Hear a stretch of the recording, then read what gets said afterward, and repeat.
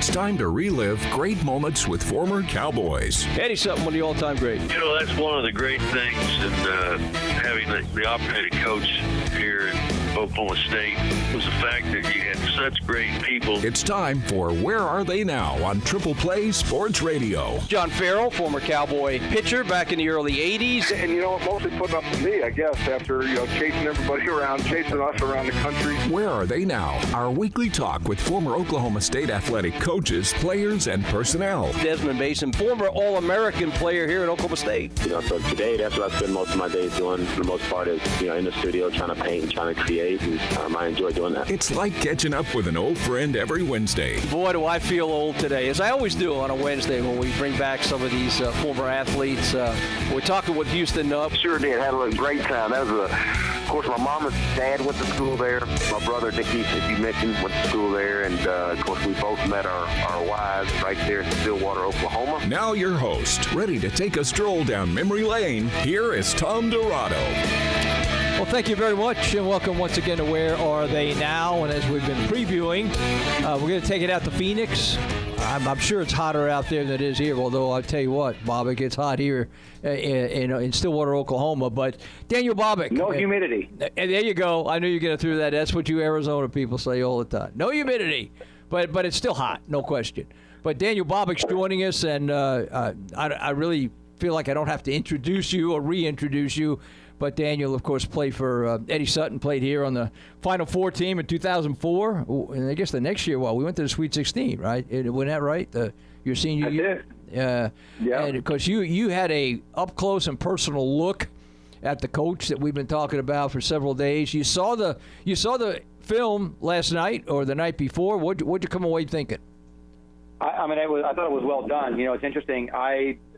When it first aired, I was working out with my high school kids because I'm a high school basketball coach, have been for the last couple of years. Believe it or not, I think I told you, Jackson, our little guy, was 6 weeks old when I stepped foot on campus. Wow. And he's now going to be a senior in high school, which is pretty crazy. But so I was coaching some high school kids, and I got a chance to watch it last night with my kids, with my boys, my three boys, and actually my daughter came in and watched it. And we all watched it together, and it was special. I mean, it really was, and I think that I thought it was well done. I think that there was a lot of emotion that was there. I even texted each one of the Sutton boys, Stephen, starting with Stephen, Scott, and Sean, just letting them know that I thought they did a really good job, and I was grateful that they had the courage to open up the way that they did, because it definitely, those are personal and private times in their lives, and they were, they had the courage to open up and talk about those things, and I thought it was, and I commended them for that, and I thanked them for it. Because we had made mention that your dad played for Eddie at Creighton, so there was a connection there. But as you watched it, and everybody had expectations, those who hadn't seen it, did you have any going in, and were they met as you watched it? Well, I wish they would have talked about, quite frankly, selfishly, I wish they would have talked more about our team in 2004, 2005, because we had some good teams there, but. The expectation, I was curious to find out more about him, just in general. And I think, so the expectations, I think that, just kind of, I was curious to see kind of where they were going to go with it. And I was pleasantly surprised. I mean, and I thought it was insightful talking to Sean in particular, the impact that it maybe had on him. I know that the Sutton family as a whole, that that Coach's career was definitely a challenge for them, and I don't think a lot of us really talk about it, that we talk about, Coach Sutton, the man, and what he's done for the players, but, having a family and a wife and kids and raising them, realizing the impact that it probably had on them, was tough for me to see, to be quite frank, and listening to Sean talk in particular, and then being close to Stephen and listening to having some of those conversations. I know that there was a price to pay for that. And I think that that was the part that I was surprised about the most in that movie. What was it like playing for him? You had to redshirt coming in from BYU, so you had a redshirt year. And I say this all the time when I have Graham on, both of them, that that team that had a redshirt was better. In my mind, I'm not putting words in your mouth, but was better than the team we put on the floor in every game for that year, because you guys were really talented and you showed it when you actually got a chance to play. But what was it like being around him? You were a young guy, and Natalie was young, and obviously Jackson was young. Well, I think that's the thread that's been communicated throughout the whole film, is that he loves people, and that he earned the right, if you will, to push people because we as players knew that he cared about us. And I think that, for me personally, and me being have a little different circumstance, right? Being married, had a son in July, and I showed up on campus 3 weeks later, right before the week before school started. My wife didn't come out until after her 6-week appointment. So he knew that was a, for lack of a better term, a burden. Not that they were a burden, but it was a responsibilities that I had that most kids my age didn't have. And he knew that was going to be a challenge for me to learn how to balance all those things as a young kid. And so he helped take care of me. He got me in contact with folks like Lee Manzer and some other folks in the community that I could really connect with, helped us find a place to stay, and really took care of a lot of those things that could have easily been distractions because he cared about me, and he cared about our family. And I think that was what was probably all the players talked about. But specifically for me, playing for him, I knew that he was tough to play for. He was very demanding, but he was also, I think they talked about, especially the Arkansas group was talking about, that he was fair. I think he was definitely fair. I tell my kids this all the time, right? I mean, he brought us in after that redshirt year, and we get on the court and we have Tony Allen, and we have, the Graham twins, myself, John Lucas shows up. We have some pretty darn good players, and he's like, listen, I have a ton of talent here, probably the most I've ever had at Oklahoma State. I don't care if you were an All-American. I don't care if you redshirted last year. I don't care if you had a scholarship, what your story was. I said, I'm going to play the best players, and it all starts now.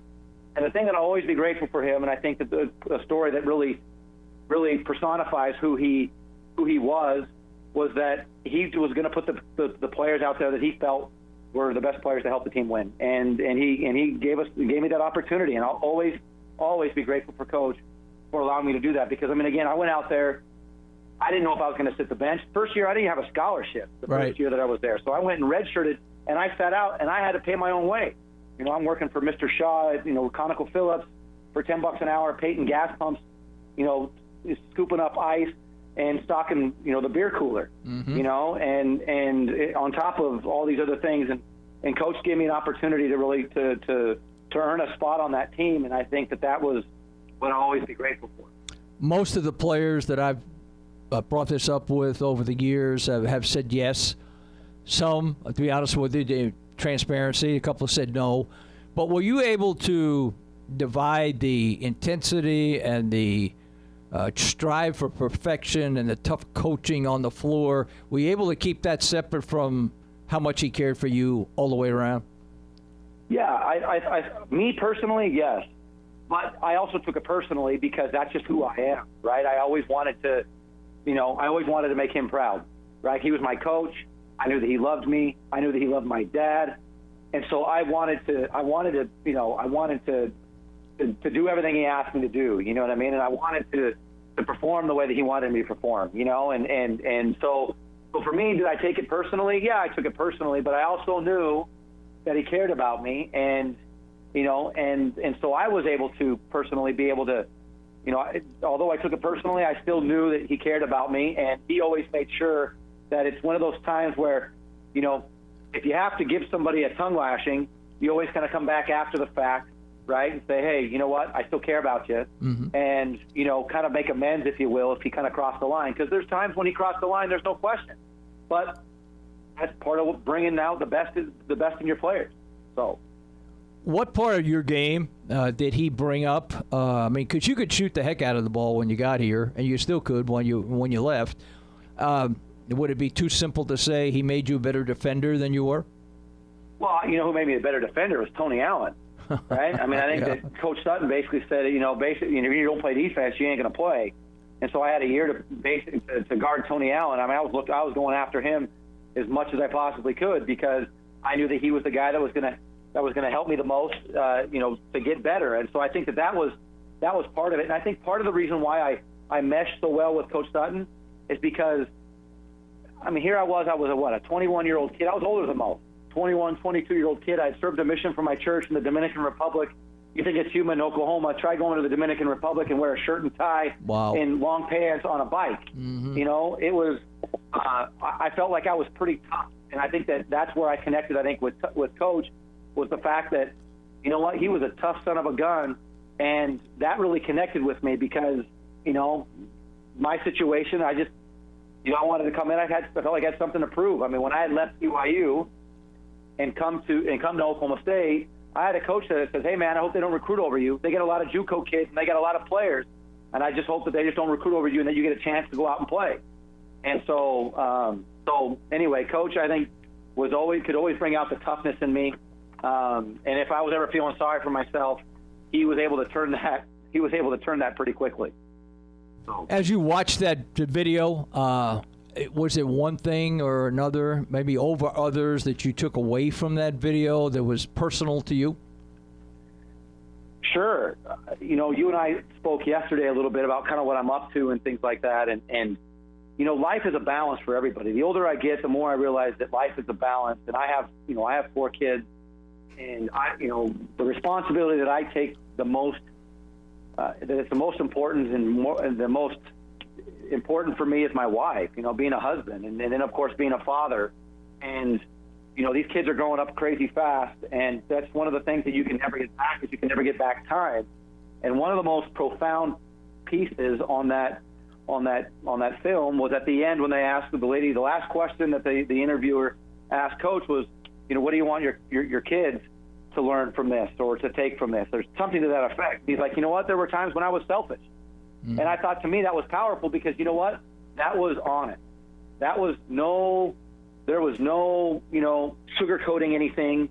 That was very self-reflective to say, you know what, that's a good question. Let me be super honest and very vulnerable. And I think that we don't see Coach like that very often, or coaches in general, but in particular Coach Sutton, because there was obviously a lot of stuff that was going on behind the scenes that nobody really knew what was going on. And so for him, at the end of his life, to say, hey, you know what, there were a lot of times I was selfish. I should have been less selfish. And how it impacted his relationship with his spouse and how it impacted his relationship with his kids, that was obviously something that he had to live with and was really difficult. And I think that going back to my comment about each one of us having to try to figure out how to balance, you know, our careers and our relationships with our spouses and, you know, our kids, it's a delicate balance, you know, and there's a price. And I think that Coach paid a price to, you know, to achieve everything that he did, and he paid it. Do you see yourself bringing some of the Eddie Sutton isms to the high school court now that you're head coach? Of course. 3 Ds. I've already used the 3 Ds. You know, discipline or dedication, discipline, and the defense piece. There's no question. Have them hung up in our locker room. You know, a jackass has never won the Kentucky Derby. That's a good one. Talking to kids about that. You know, there's no question that a lot of what I do has to do with, you know, what I saw him do and how, you know, how he coached me, and so, you know, I'm trying to teach these kids. Of course, I feel like, you know, as you said, you feel like you're getting old. I feel like I'm doing the same thing, and we all are. And these kids don't understand just how good Coach Sutton is and was, right? And I felt like I got a double dose of it, if you will, because my dad was part of that. And so I think just being tough on kids a little bit and for them to not take it personally and being able to try to bring out the best of them is something I got from Coach, because kids these days are fairly soft. They tend to be, you know, you can't push them very much, they tend to break down pretty easily. And I don't know if that's the way it was when I was a kid, but I feel like that's what Coach was able to do with me, and to get that toughness out of me, to bring it out. And that's what I'm trying to do with these kids, because guess what? Life is hard. You have a family and you get let go from your job like I have, totally out of the blue. Guess what? That's hard. Now you got to go home to your family with 3 kids and let them know that you got fired for whatever reason from your job and it was totally unforeseen. Well, guess what? Now what are you going to do about it? All right? Coach Sutton, great example. He gets knocked to the floor at Kentucky. He got himself up, learned from it, had a great run at Oklahoma State. And so that's the same thing with life for me. And I'm grateful for that example and Coach. I'm trying to steal that in the high school kids. It'd be easy just to concentrate on one game, and if we just looked at the Georgia Tech game that, you know, we lost in heartbreaking fashion, kept us from being in the final 2, and going for a national championship. But, that was a heck of a year, 2004. I mean, it's I don't know that we had individually, collectively, I don't know that we had a better year, certainly since Eddie was there. I mean, I don't know. I was talking to my dad last night, and I just said, hey, I don't know where our team ranks on Coach Sutton's all-time greatest team, but I know that we're one of 3 teams to go to the Final Four. Mm-hmm. And if I'm not mistaken, we've had the most wins in 31 wins is the most wins in a season. Maybe it's been broken by now. Not really sure, but 31-4 is pretty darn good. I don't know of any other team that's won the Big 12 regular season championship and the conference tournament. Pretty darn special. And one of the things that I think helped build that is the fact that we did redshirt together. Mm-hmm. Joey Graham and I would go out and we work together, in the summer, and we'd work out early in the morning, go lift weights, then we go work, then we come back and we shoot baskets, and it was hard, and it was hot, and we both didn't want to do it, but we both had goals, and we both wanted to be good, and we wanted to, be part of something special, and we sacrificed for it, and that's that discipline piece that I think Coach was talking about, and I'm telling you what, I think that's what brought us all together as a team on that 04 team was we all were committed to the same thing. And, and I think that, on the, in the movie, in the film, they were talking about, Coach's ability. I think it was President Clinton was talking about his ability to take different pieces, right, and see around the corner a little bit and say, hey, here's what I need, Daniel, here's what I need for you to do. Here's the role that I see you playing. It wasn't necessarily the most glamorous role, playing good defense, knocking down an occasional 3, shooting the ball 3 to 5 times a game. That's not glamorous or sexy, but guess what? I did it. I felt like I did it well. I bought into the system, and I'll tell you right now, I'd much rather score 8 points a game. I think it was I averaged my junior year. I scored 8 points a game and gone to on a team that accomplished as much as we did, then gone out and averaged 15 to 16 points, 15, 18 points a game, and won 22 games and gotten beat in the first round of the NCAA tournament. I think everybody else feel the same way about it. Catch us up to date here the time we have left with you. You've been on so you certainly have made a lot of stops around the globe since you left here. You're in Phoenix now, and we'll get into your other business before we get out of here. But you've been around a few places, played overseas. Tell us about that. Yeah, so I went to Germany for 1 year, and then I realized that it was a job, and I realized that it sounds pretty sexy to travel around every year from Germany to Italy to Spain to wherever. But I just realized I was pretty much delaying the inevitable and dragging my family. Again, as much as I love basketball, I love my family way more than I love basketball. And I felt like that wasn't fair to drag them all over the place. And then the end result was, hey, I still got to go out and get a real job. So I decided to, go back to school and moved to Tulsa, got an MBA, joined a consulting firm, bounced around with in Salt Lake, Alberta, Canada, in Wyoming, and then I got kind of tired of traveling around all over the place. Moved to Phoenix and living kind of the Mesa just east of Phoenix, and I'm coaching high school basketball at a high school called Quaint Creek High School, which is a 6A high school out here. So I've been around a little bit, TD, since I've left Oklahoma, and honestly, those days in Stillwater are sacred to me because of what I learned and because of the relationships with folks like yourself, obviously with Coach, the coaching staff. I was texting Sean a couple weeks ago, and he randomly out of the blue, and we all know Sean. Sean doesn't, not a super touchy-feely guy, sends me a text out of the blue saying, you know what, those years were those years that you were there were the most fun I've ever had coaching in my career, and I'm really grateful for that. And and that's special, right? Like that's something that I'll carry with me till the day I die.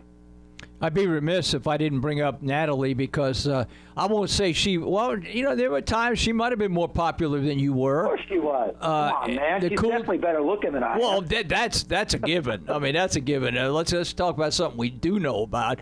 But, cool chicks wear orange, and that was the fad. That was quite the thing when you were here. What's she doing these days? Well, that's interesting you say that. So here's what I learned in Stillwater.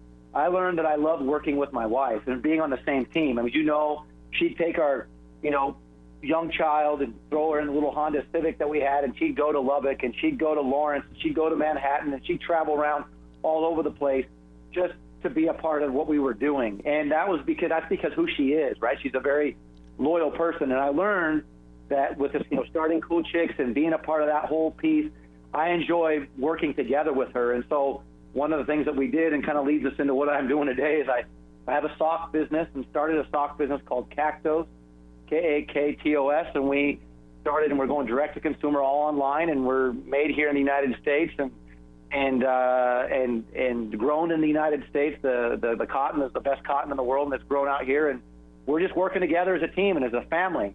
And that's what I like, and that's what I feel like I missed maybe with being at Oklahoma State. The fans, and the boosters and the coaches and the trainers and the this and the that. We're all on the same team together, right? And I feel like working together with Cactos, trying to build that, is something that's very satisfying.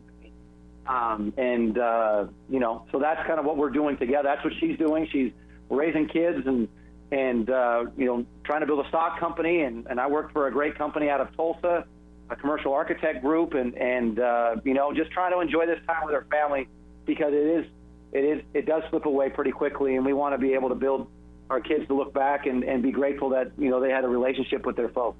It was going hot and heavy for a while, but I wondered, even all these years later, if you or Natalie ever get somebody to say, "Can I get one of those shirts?" Because they were a hot item for a couple of years around here. They were a hot item, and no question, they were a hot item, and it's just her personality, right? I mean, I think that's the thing that's exciting about her, that's satisfying about it, is that it's her personality. She just had a lot of fun. I think people were drawn to her because of her laughter, because of her smile, because of just her loyalty. People could feel that and could sense that. And I think that they had a blast. I mean, the fact that they had a little business that allowed them, the flexibility to travel to the Final Four, or travel to Kemper Arena, or travel down to Dallas, East Rutherford, New Jersey. Pretty cool. Really, really, really cool. Hey, TD, she made one shining moment. Yes, the 2 years that I was there, she made one shining moment both years, man. That is great. I forgot that. You're right. I didn't. She did, though. And so that's one reason why it's sacred, right? It's not something I did prior to getting married, and it was kind of me before I got married. It was something that we did together and experienced together. And I think that's part of why it's so special, is because she was such a huge part of that, and she was recognizable, and she was, just part of the Oklahoma State family. It's always great to catch up with you. We have to do this more often for sure. But it sounds like you got yourself a very satisfying and a busy lifestyle going out there in Phoenix, and you deserve that, because you gave us a lot here at Oklahoma State. I can tell you that for sure. Well, thanks, TD. I appreciate it. I'm very grateful for relationships like yours and folks that hopefully are listening to the show. We love Oklahoma. We love the Oklahoma State family. We love the time that we had there, and it always is. It's a special place. Like I said earlier, it's a sacred time in our lives because of what we learned and the relationships that we built. And so, thanks for having me on, and love Coach and love his family. He really was. He was one of a kind, and I'll always be grateful for him.